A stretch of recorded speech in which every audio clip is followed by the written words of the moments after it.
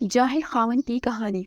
ये कहानी मर्दों और औरतों दोनों के लिए मुफीद है। एक सच्ची कहानी जिसे सुनकर आप हैरान रह जाएंगे। औरतें ज़रूर इसको एक दफ़ा सुन लीजिए। हमारे करीब के देहात का एक वाक़या है। एक नौजवान जिसकी तालीम भी नहीं थी, शक्ल भी आम सी थी, यानी शक्ल भी आम सी, अकल भी आम सी और तालीम भी नहीं थी। उसकी एक खूबसूरत कज़न थी। उस नौजवान ने कहा, मैं अपनी इसी कज़न से शादी करना चाहता हूँ। चुनांचा माँ बाप ने भी उधर जोर लगा दिया।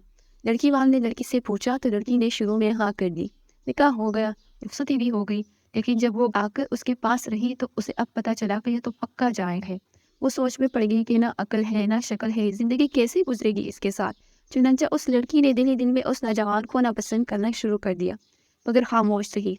शादी के 3-4 दिन बाद आमतौर पर दुल्हन अपने माँ बाप के घर जाती है। ये लड़की भी घर चली गई। उसके दिल में ये बात थी कि अब मैं दोबारा उस घर में कभी ना आऊँ तो ज़्यादा अच्छी बात होगी, मगर उसे माँ बाप के सामने बात करने की जरूरत नहीं हो रही थी, क्योंकि एक तो करीब का रिश्ता था, दूसरा शुरू में हाँ भी कर चुकी थी। उन्हें एक गांव से दूसरे गांव जाना था। रास्ते में उसने हावन से कहा, मुझे प्यास लगी है। करीब ही एक कुआं था। हावन ने जाकर एक तरफ गुठली रखी और कुएं से डोल के जरिए पानी भरने लगा। बीवी के दिल में शैतान ने ऐसी बात डाली कि उसने पीछे से अपने हावन को कुएं में धक्का दे दिया। जब धक्का दिया तो हावन कुएं में जा गिरा।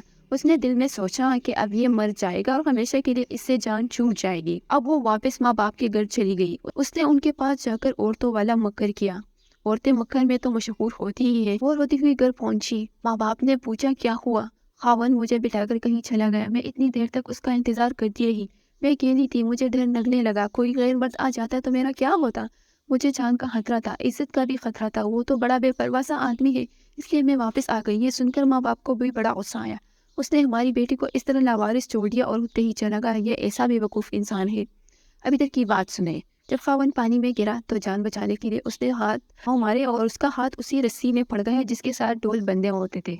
उसने उस रस्सी को मजबूती से पकड़ लिया और डूबने से बच गया। काफी देर के बाद उसने हिम्मत की और आहिस्ता आहिस्ता रस्सी पर चढ़ते बाहर निकल आया।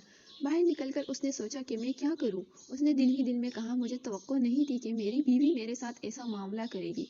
कोई बात नहीं, मैं दोबारा चला जाता हूँ। चुनांचा अब वो दोबारा ससुराल के घर आया।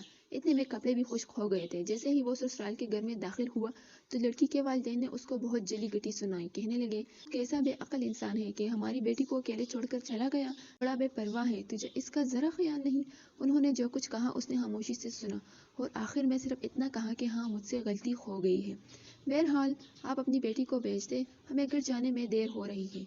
जब उन्होंने देखा कि ये बहुत शर्मिंदगी का इजहार कर रहा है तो उन्होंने फिर बेटी से कहा, कोई बात नहीं, अब तुम चली जाओ। अब बेटी तो चल पड़ी, लेकिन उसके दिल में एक बात बार बार आने लगी कि अगरचा ये अनपढ़ था, अगर ये बेवकूफ़ बेअक्ल था, अच्छी शक्ल नहीं थी, इसने मेरे माँ बाप के सामने मेरा आयब तो छुपाया है। इसका दिल बड़ा है ना। अगर ये मेरे माँ बाप के सामने मेरी हरकत खोल देता तो मैं माँ बाप को चेहरा दिखाने के काबिल ना रहती। उस एक बात पर उस लड़की के दिल में हावन की ऐसी मोहब्बत पैदा हुई कि उसने अपनी बाकी पूरी जिंदगी अपने हावन की मोहब्बत में गुजार दी।